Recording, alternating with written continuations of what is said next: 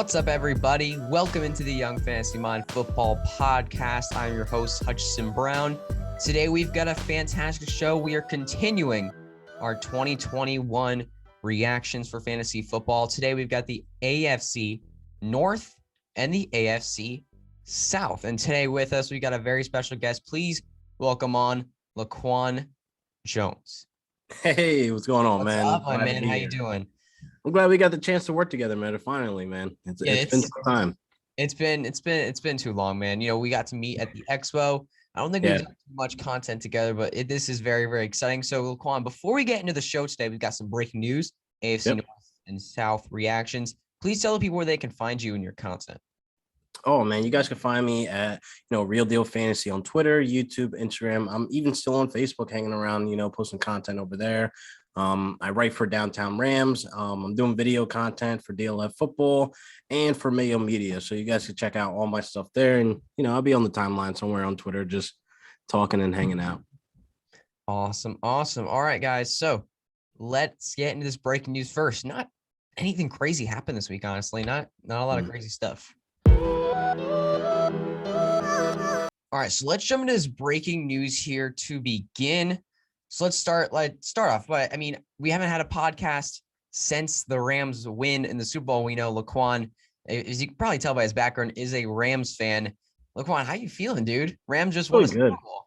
I mean, it's nuts, man. I actually think that, the first year Matthew Stafford comes in, we bring in Odell Beckham, Von Miller, bring in these guys and we go all in. And that's what it's really about, man. You got to go all in and go for the gold. And I definitely, appreciate Sean McVay and Les Snead for all their moves they made, in the offseason and probably this offseason to keep the guys around. So no football for 7 months, but I'm going to be riding the Super Bowl high for the next 7 months. All right. Yeah, it was just an incredible season from the Rams. And unfortunately it ended on a high note, but one of their players unfortunately had to leave the game. Odell Beckham Jr. reportedly tore his ACL in the Super Bowl. So It is pretty much official now. He's torn his ACL and he is a free agent in 2022. Like, Laquon, do you think he resigns? Does he leave? Like, what are we going to see from Odell Beckham?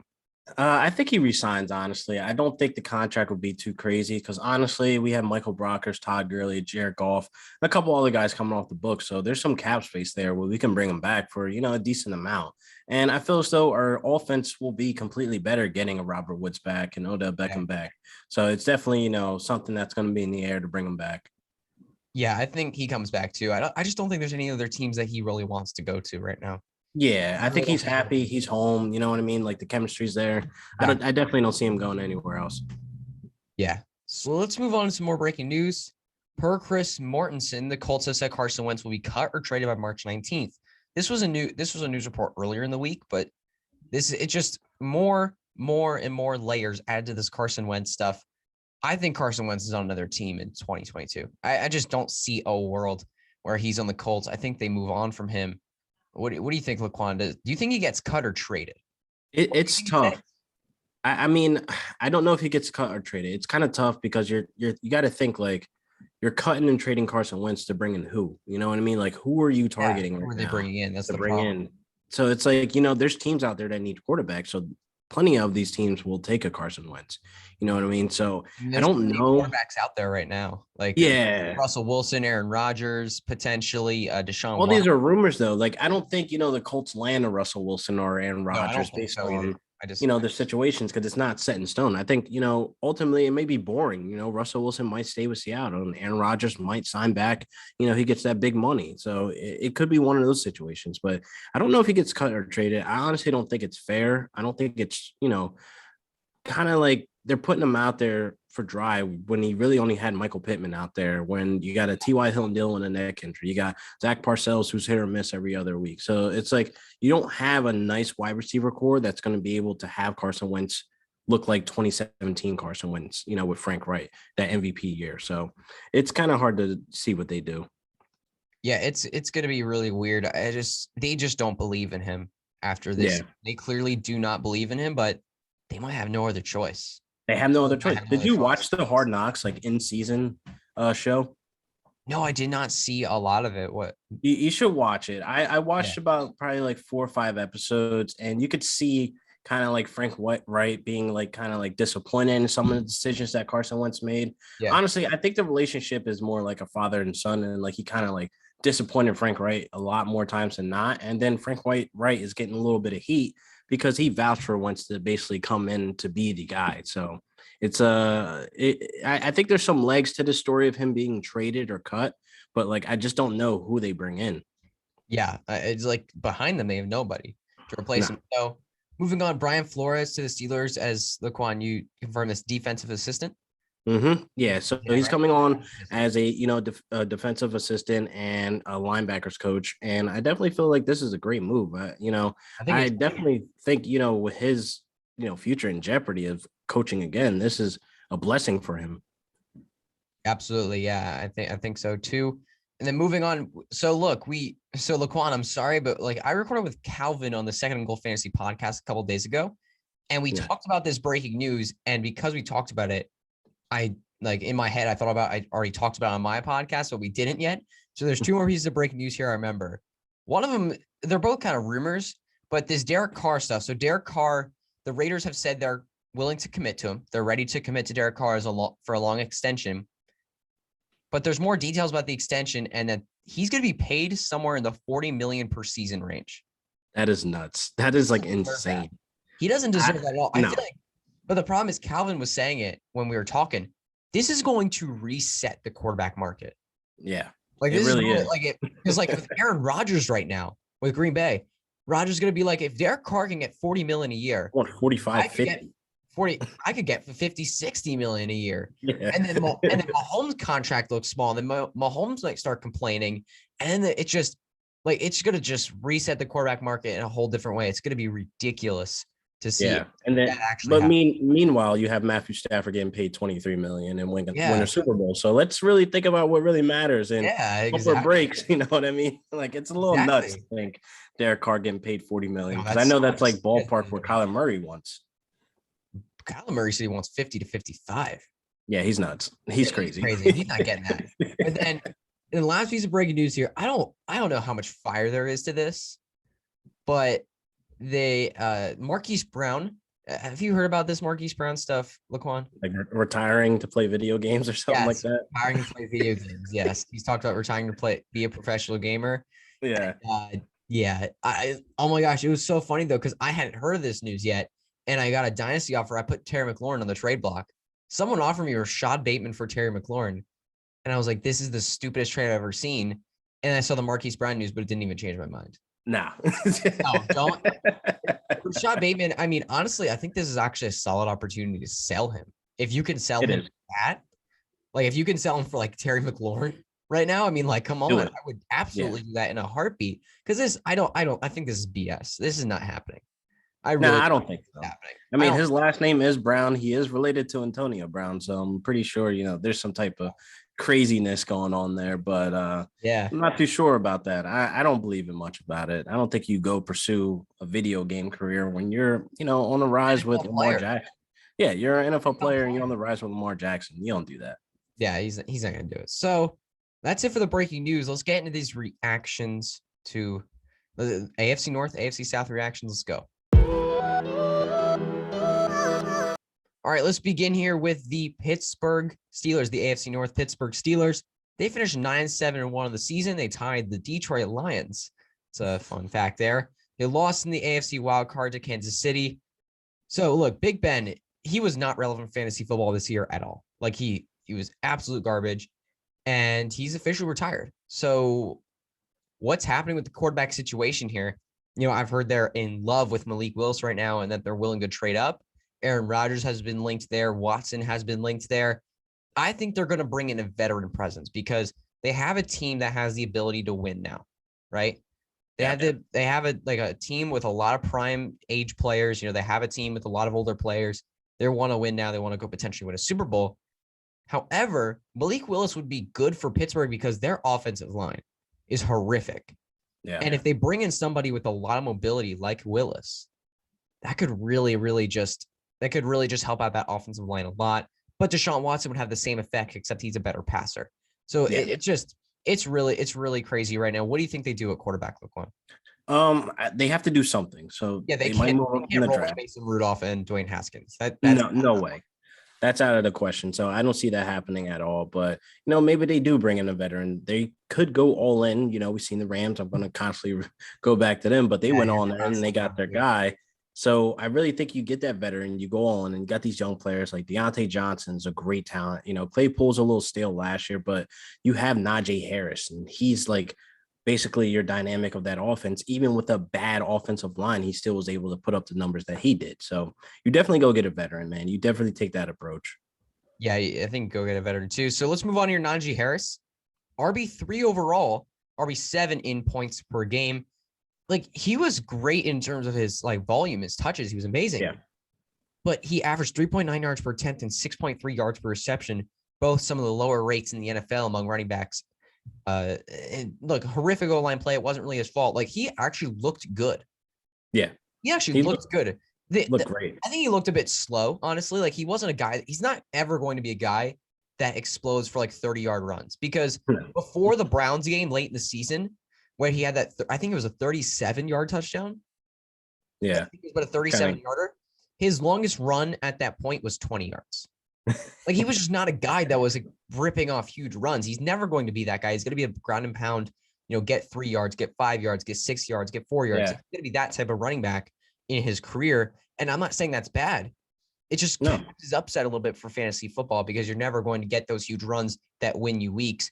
But what running backs are you going to draft over him in redraft 2022?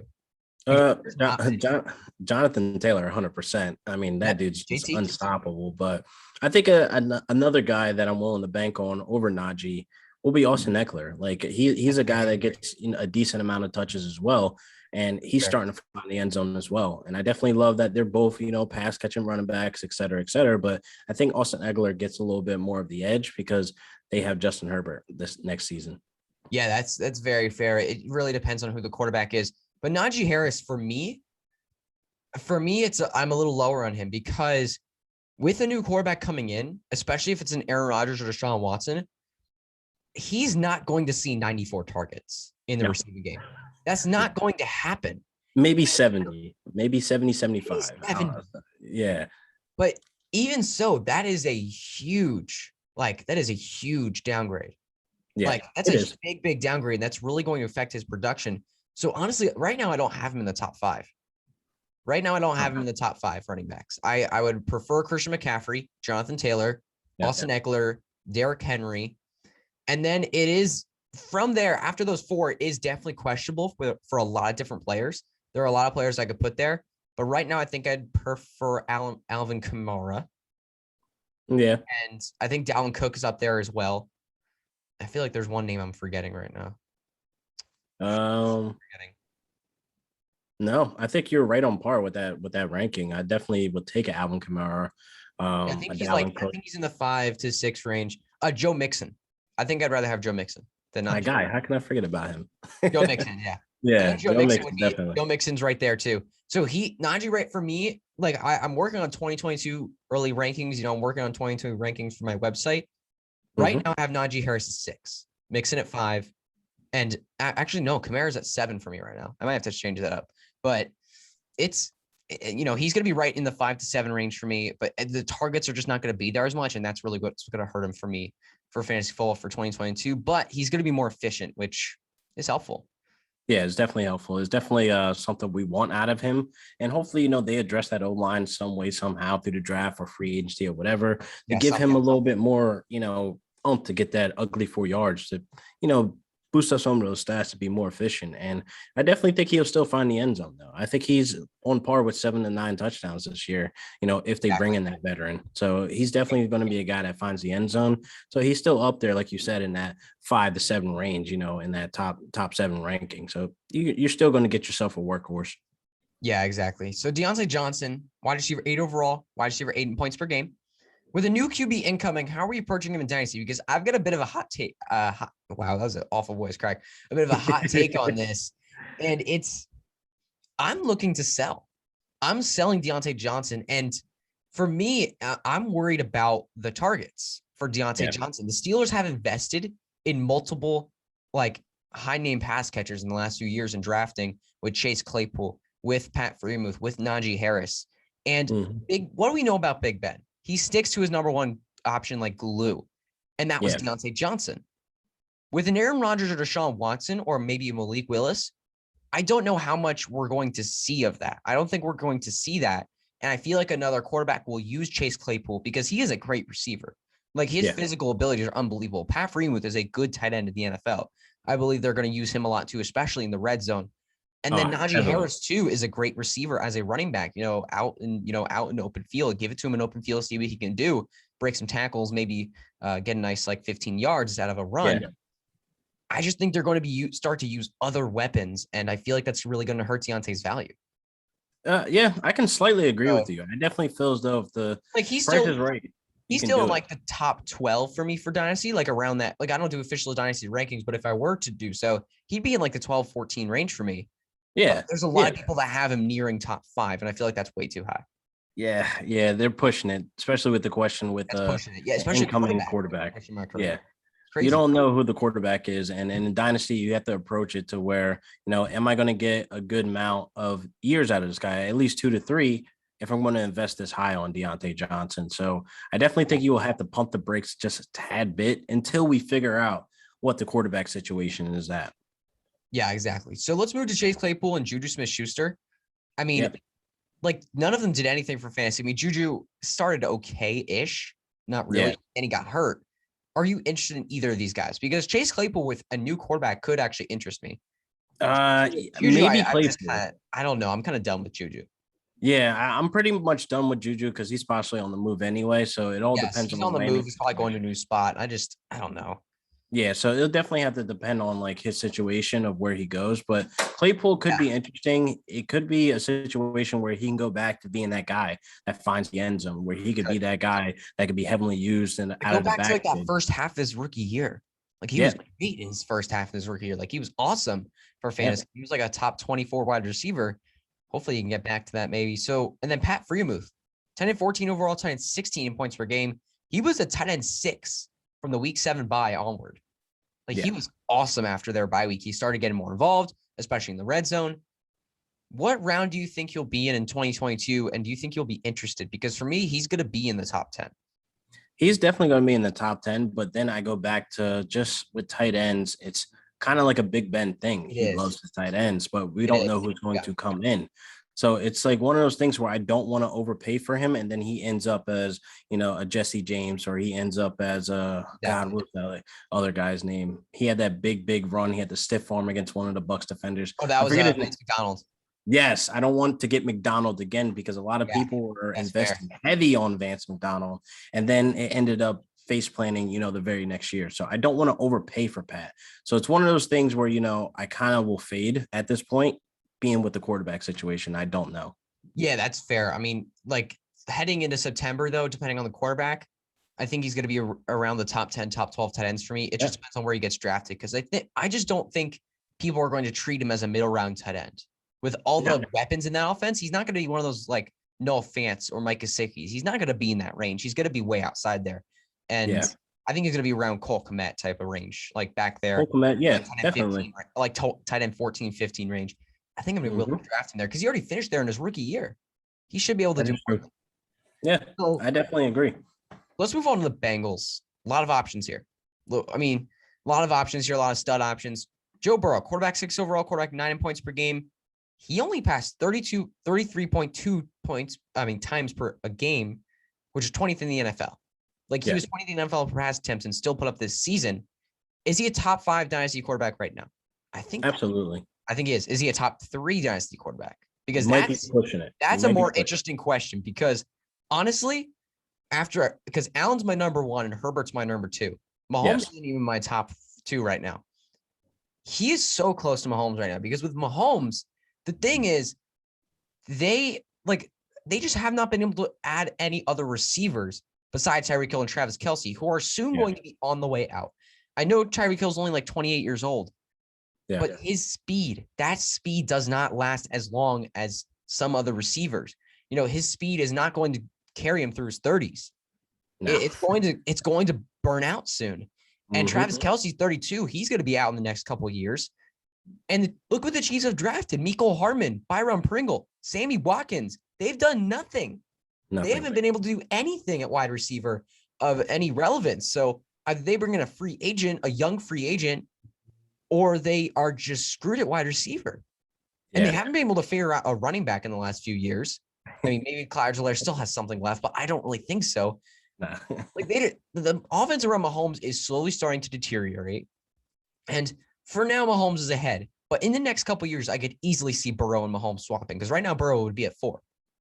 Oh, yeah, definitely. So he could be a top 3. He's definitely up there. He's up there in conversation. I need one more year out of him. Not that I doubt him. I just need one more year to stamp in like, all right, this guy's top 3. You know what I mean? Because that's what we did with Herbert. You know, this year, man, throwing for 5K yards. And it's like, man, only him and Brady were able to accomplish that this year. So Justin Herbert is just on another planet right now. Just Herbert's on another planet. So Joe Mixon, let's move on to Joe Mixon. Joe Mixon, RB4 overall, RB6 in points per game. He played 16 games. And had a couple injuries that held him back middle of the season. He played in some limited, with some limited snaps, a couple of games. 6 games of 24 PPR points or more. And all this, I forgot to mention at the top, but all this scoring is Fantasy Pros, PPR scoring, and points per game. I cut out the players who didn't play 8 games. So that's what I did. Sorry I didn't mention that at the top. I usually mention that in the other 2 shows, though. Hopefully you listen to the other 2 shows. But should Joe Mixon, you know what? I wrote, should he be a first rounder? But I feel like we're going to get easy yes there. Yes. First rounder?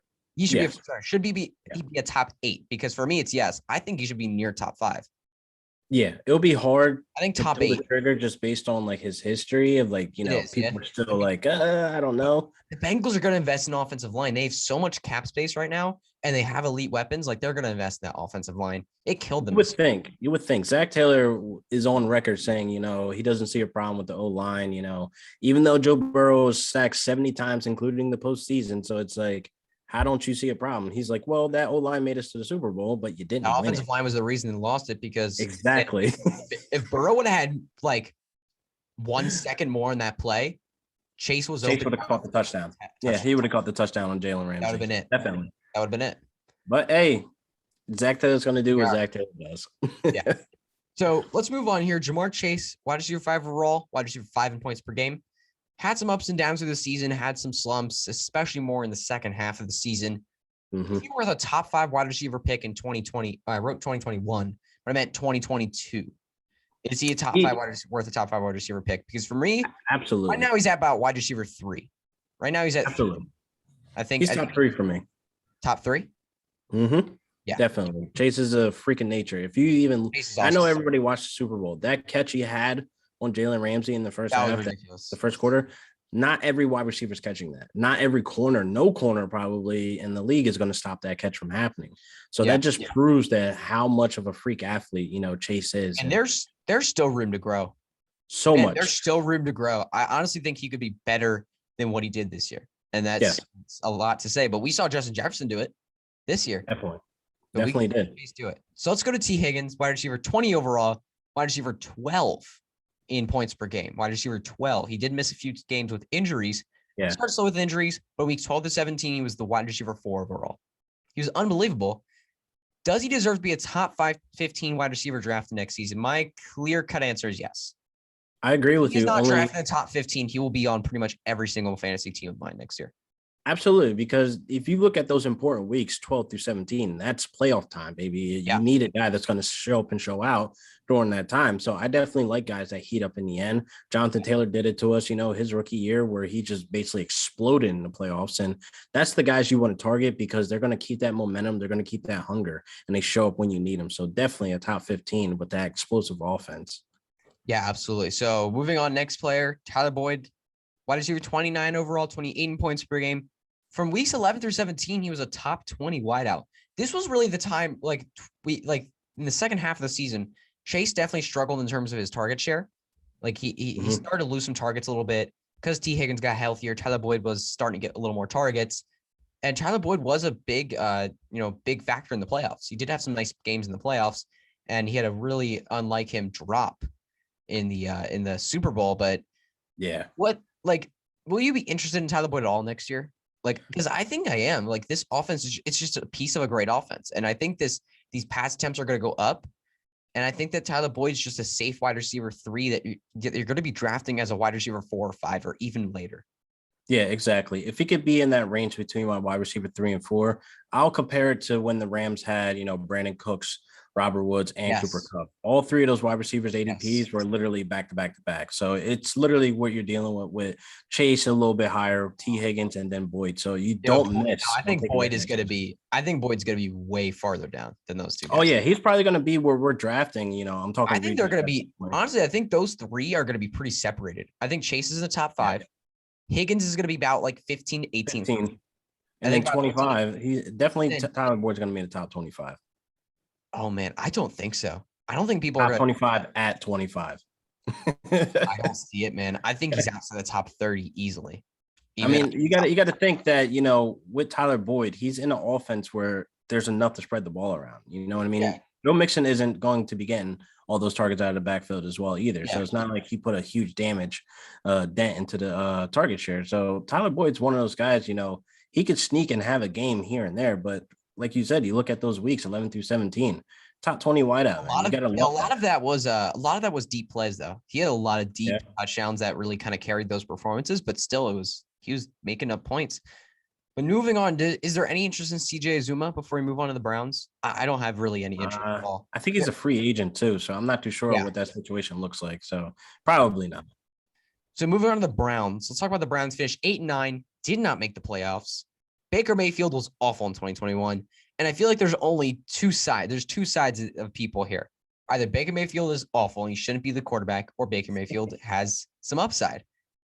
Do you have any interest to buy as like a quarterback 2 in a super flex league at all? Because honestly, I bought him recently for a low 2nd round pick in a super flex league. I think that's worth it. I think that's worth at least trying. I don't know. I don't see much coming out of Baker Mayfield. I mean, you got to think Jarvis Landry on his last year. No wide receiver is going to ever want to come there based on the Odell situation. What are we really looking at for Baker in the future? It's really fair. I just think he has some talent in him. Maybe on another team that could be unlocked. I don't know. But yeah, maybe I don't have so much I don't know. I don't have much faith. Yeah, so I wouldn't be buying in Dynasty at all right now, just based on those variables. I mean, you have Peoples-Jones there. He's okay. He's a deep threat, made some plays here and there, but is he going to be able to take that wide receiver one mantle when Jarvis is done? No. So it's like, what are they left with? They're left with Nick Chubb, and that's it. Yeah, that's kind of it. So let's move on to the only shining spot on this team when he was healthy is Nick Chubb.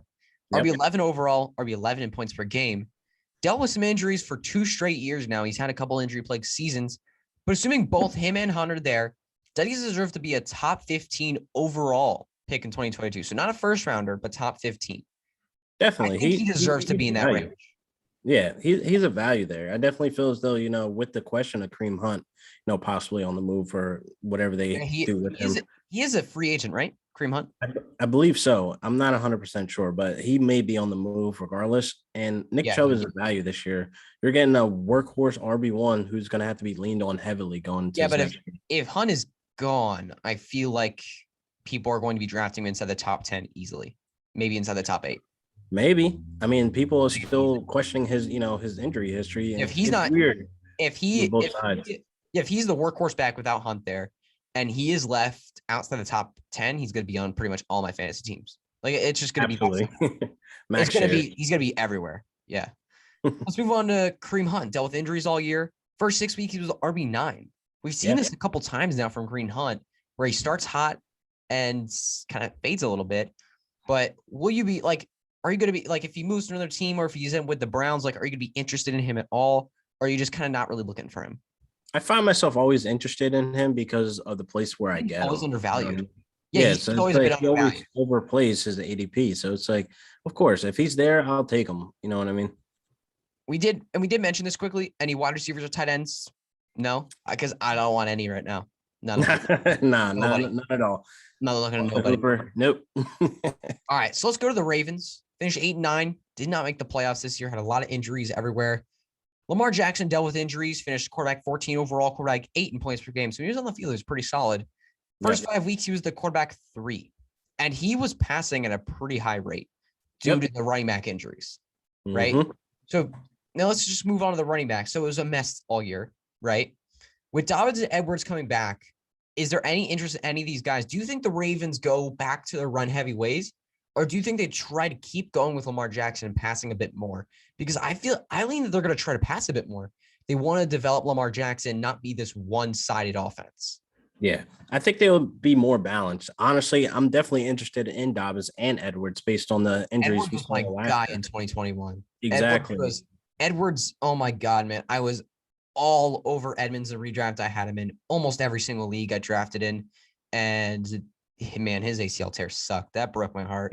Yeah, that was just very unfortunate. It was just crazy. Man, and I think I heard it like a day late. And dude, just hearing that, it really broke my heart to see that he tore his ACL, because I depended on him as my RB3 in a lot of leagues, and it sucked. Yeah.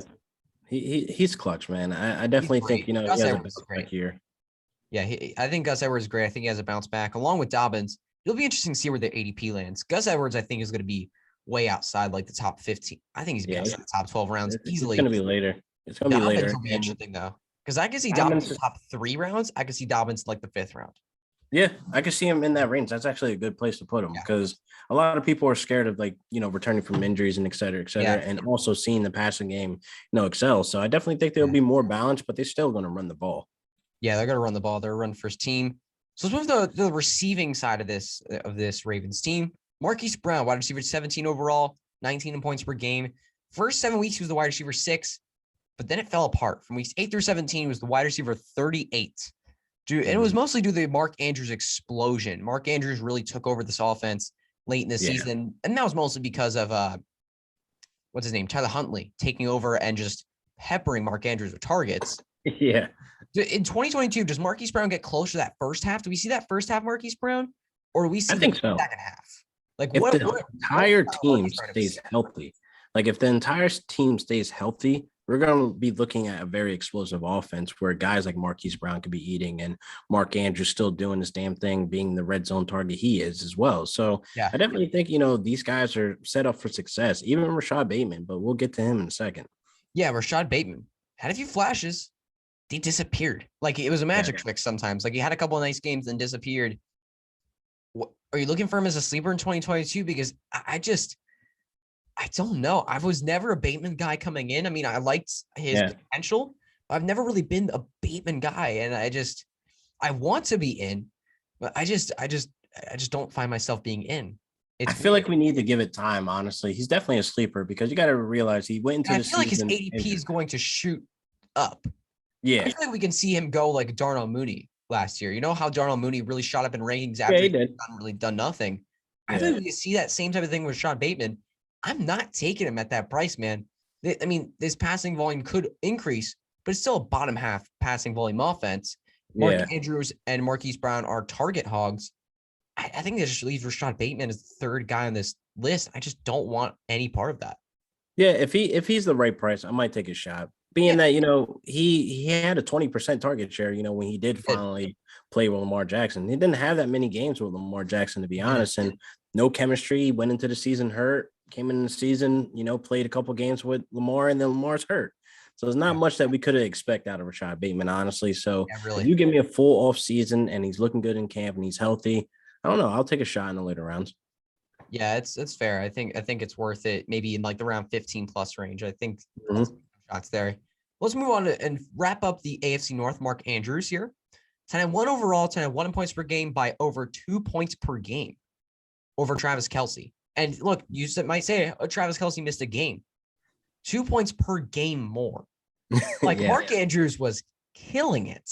Yeah. And it's crazy because he started the season not getting that many red zone targets. He wasn't getting that many red zone targets the first couple of weeks. He wasn't a touchdown guy in the beginning. Then all of a sudden it just exploded. Scored a lot of touchdowns. He was scoring. He was just peppered with targets, as I said earlier, with Tyler Huntley. What tight ends would you rather have in Dynasty? Because for me, it's Kyle Pitts, and then that's end of the list. Nope, I don't even want Kyle Pitts, to be honest. Really? I'm not on the Pitts chain. Kyle Pitts. Okay. Nope. I get it. Those are they're close. I feel like those two are in their own tier. Yeah. For Dynasty purposes. They're close though. Tier, then it's it. But I get Mark Andrews at 1 because with the Falcons, the quarterback situation is so under, like, it's a lot of craziness right now. But I'm just 99.9% confident that Calvin Ridley's gone.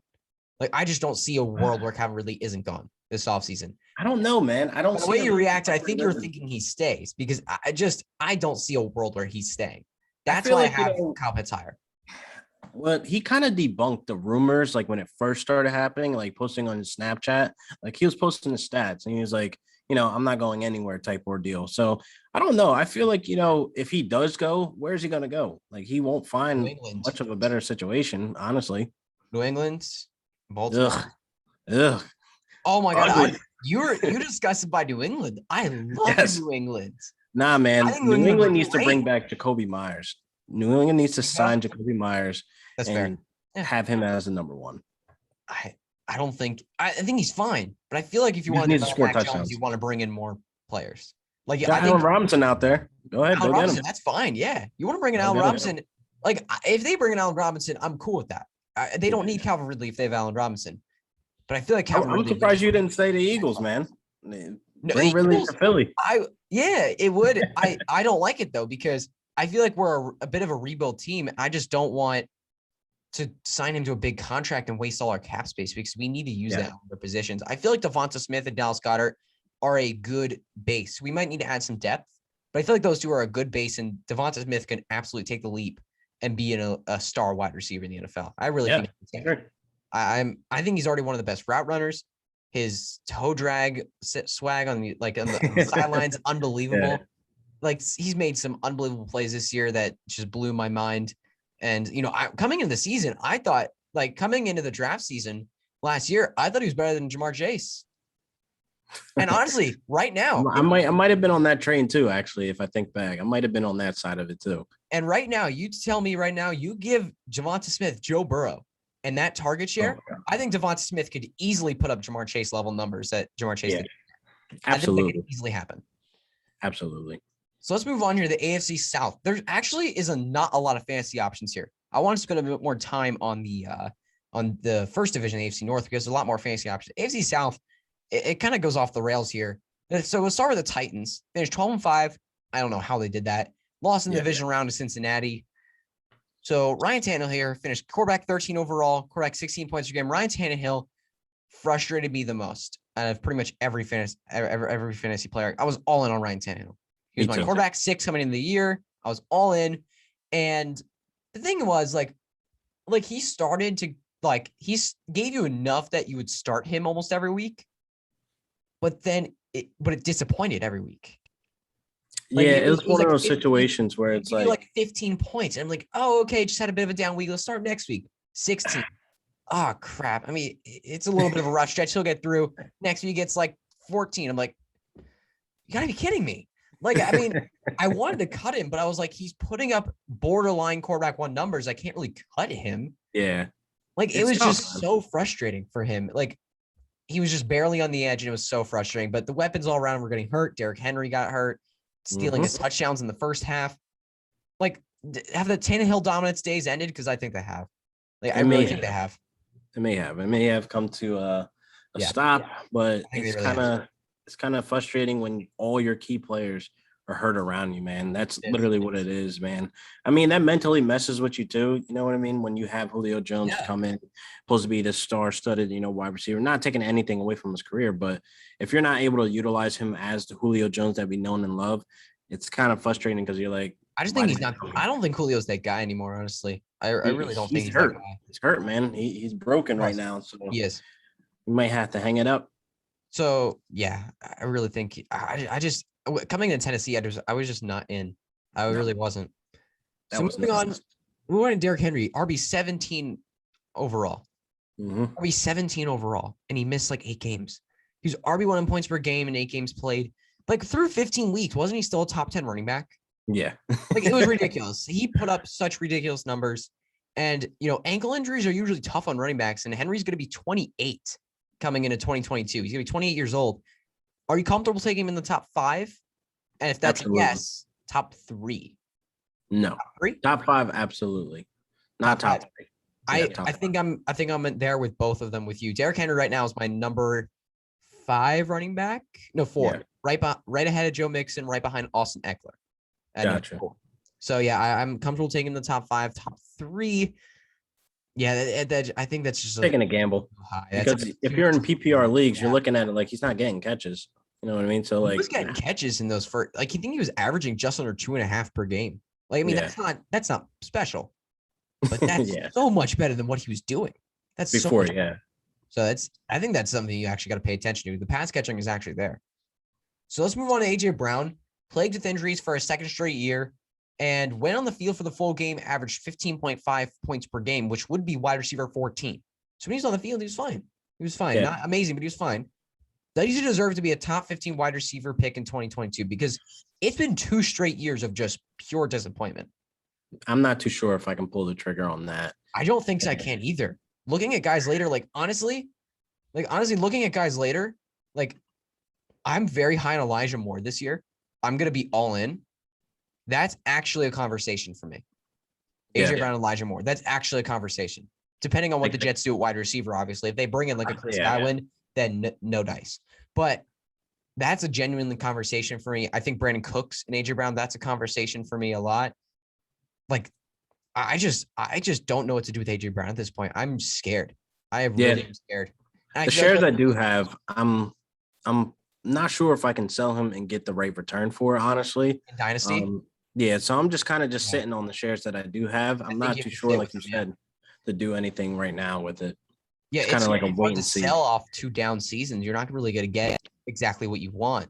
But there's still some people out there who think he's a top 5 dynasty receiver, and I'm willing to sell at that price.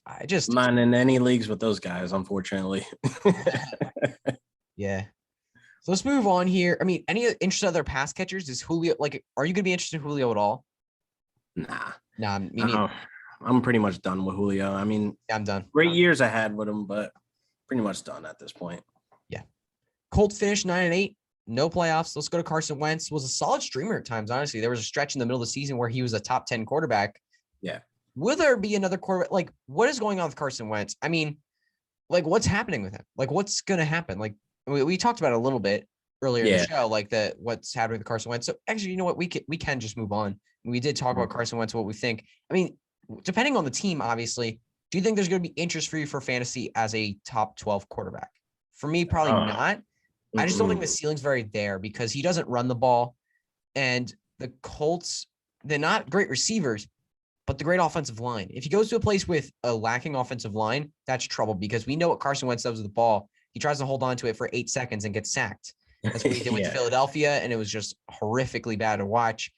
The Colts protected him, but some other teams did not. So I won't be too interested for fantasy. Maybe as a quarterback too. Maybe 3. Maybe a complete fade. I don't know. So Jonathan Taylor finishes the RB1 overall, dominant season, RB2 in points per game behind only Derrick Henry. Mm-hmm. Is he the 101 in 2022? Because for me, he's not. Depending on the league format.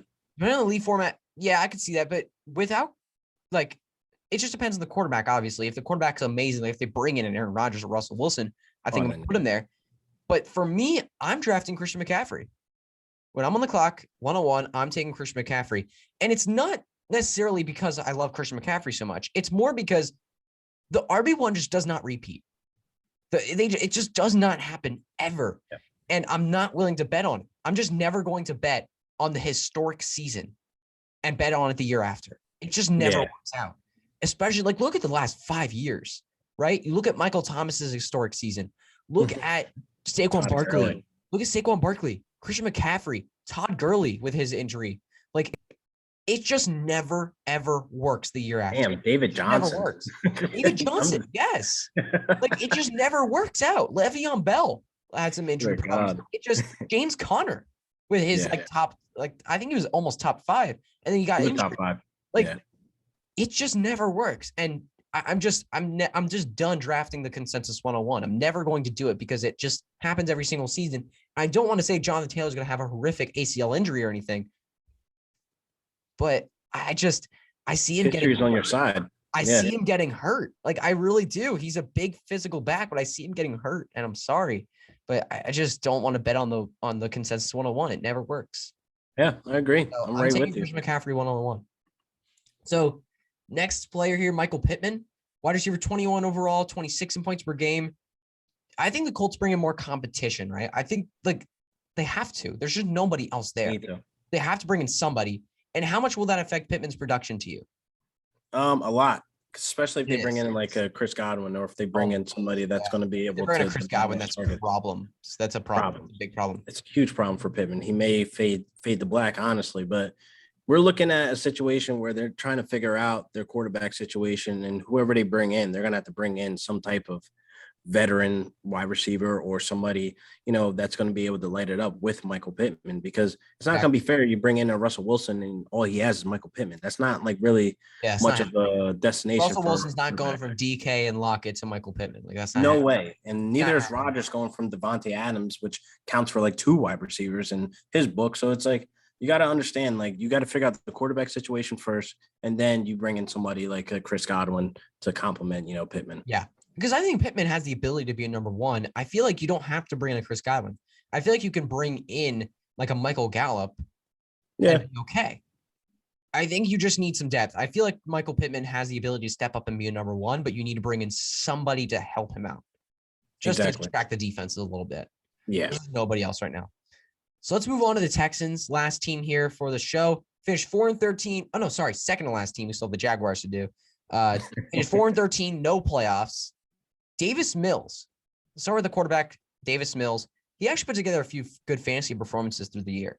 Honestly, like watching all the rookie quarterbacks play, he might have been the 3rd most impressive rookie quarterback.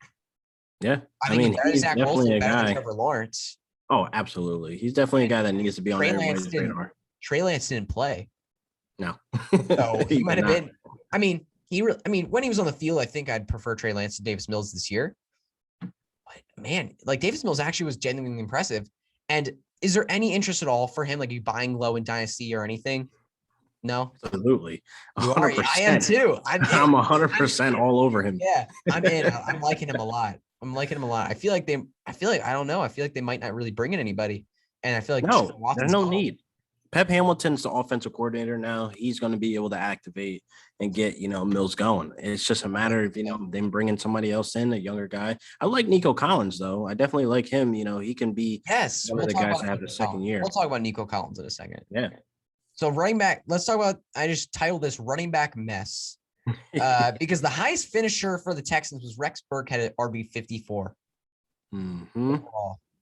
Yeah, like that's how bad it was. He was averaging like 5 points per game. Yikes. In PPR. That's how rough it was this year. Like, there's no interest in any of these guys in the moment, right? No, not at all.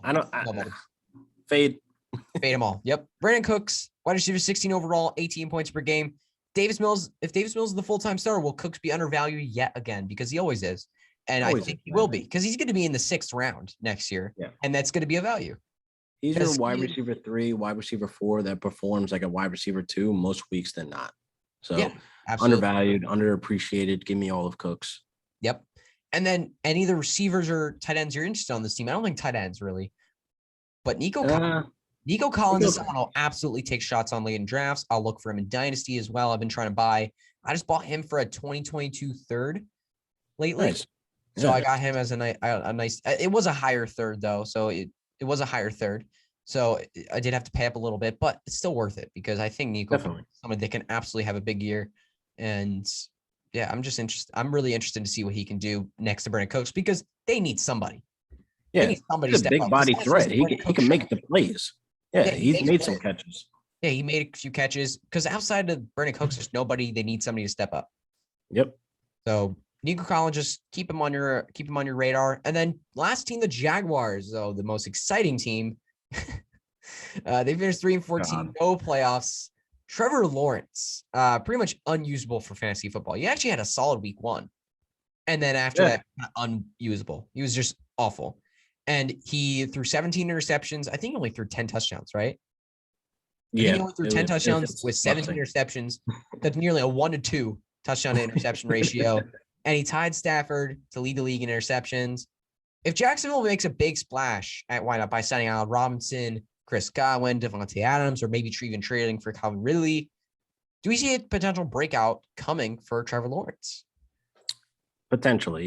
You have guys like ETN coming back from injury, but if they do suffer, I I think I don't trust Doug Peterson. Are you trying to buy in Dynasty? Because his price is not necessarily Zach Wilson low right now. Like, people still believe in him.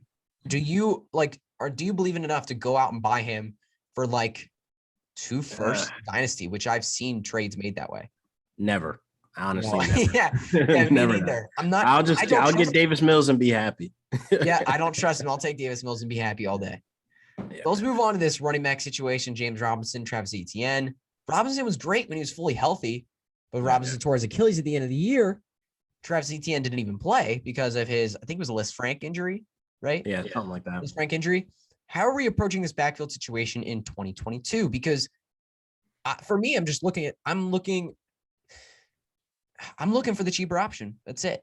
It obviously depends on how Robinson's health situation goes. Like, is he fully healthy when he's coming into the season? Because he's a free agent. And he's a free agent. Do they re-sign him? Wait, is he a free agent? Yeah. I don't think he comes back. I thought he was a 2023 free agent. Oh, shit. I don't think he comes back. I don't. Oh, my goodness. In that case, I don't think he's coming back. Hold on. Let me look here. He might be Dunzo. Why don't I believe you? Oh, no, 2023, he's a free agent. Wow. I did not see that at all. Man. Oh, man, that's completely overlooked by me. I did not realize that at all. Oh, my goodness. It might be Etienne's backfield, but if James Peterson this is Travis Etienne's backfield. But don't be surprised if Doug Peterson brings in somebody like Jordan Howard or maybe a David Johnson. Like, don't be surprised if that happens. Yeah, he could definitely bring in somebody. It's Dougie P could definitely do something like that. He's the one that I don't trust more than not trusting this offense with Trevor Lawrence, to be honest. Yeah, I don't know. I don't really trust him either. Let's move on to DJ Chark, Marvin Jones, Laviska Shenault, this mess of receivers. Do you have any, like, I know we have some questions on them, but we are a little bit short on time. Do you have any interest in any of these guys at all? I think DJ Chark is a free agent, right? Yes. Yeah, he's a free agent. I got interest in DJ Chark 100%. If he moves somewhere, yeah. Because he moves somewhere, he's still cheap. Why don't you go to Indianapolis? Oh, my God. Next to Michael Pittman. That would be nice. That's actually that's the guy that needs to happen. That'd be interesting. I think that could be really interesting with a new quarterback in there, DJ Chark and Michael Pittman. It'd be weird because they would be trading with one of their division rivals, which would be interesting. I don't know if they let that happen, but that'd be very interesting. I would like to see that because I'm interested. I wasn't a DJ Chark guy last year. I thought he was a bit overvalued. I actually liked the discount of Laviska Shenault, which also didn't pan out. I was just dead wrong on this offense in a couple of ways, but I was dead wrong on Laviska Shenault, but DJ Chark I was a bit right on. But yeah, I think DJ Chark has the talent. I just don't know.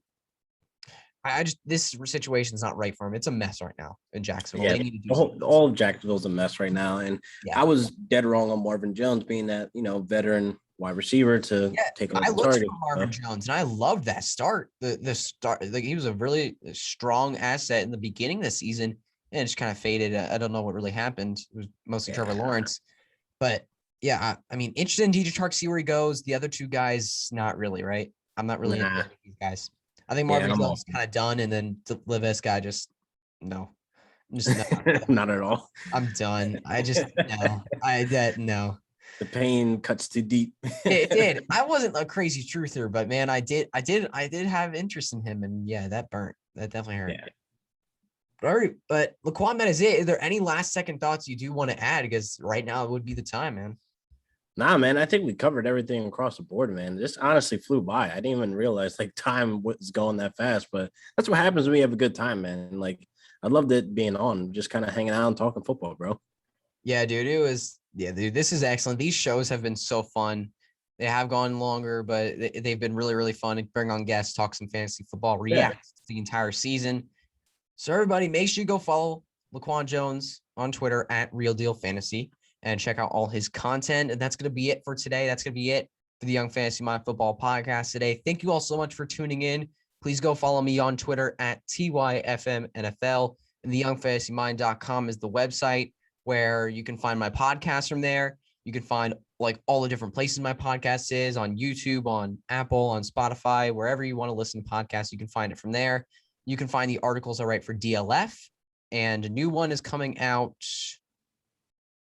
pretty soon, sometime this week. I think the part 1 of the rookie. No, sorry. Wait, yes, part 1 of rookie wide receivers. We're reacting to JaMarr Chase. We're reacting to DeVante Smith, and we're reacting to Elijah Moore's rookie season. It's part of the rookie reaction series I've been doing. I've talked about it a little bit on here, but it's part of the rookie reaction series and taking a look at all the rookies and talking about their dynasty fantasy football futures. And you go follow me on TikTok at TYFMNFL, Twitter at TYFMNFL. I know I'm rambling a little bit. That's all for today's podcast. Thank you all again for tuning in. Thank you so much, Laquon, for coming on, spending some time talking some football. I really do appreciate it. We got to do this again sometime soon.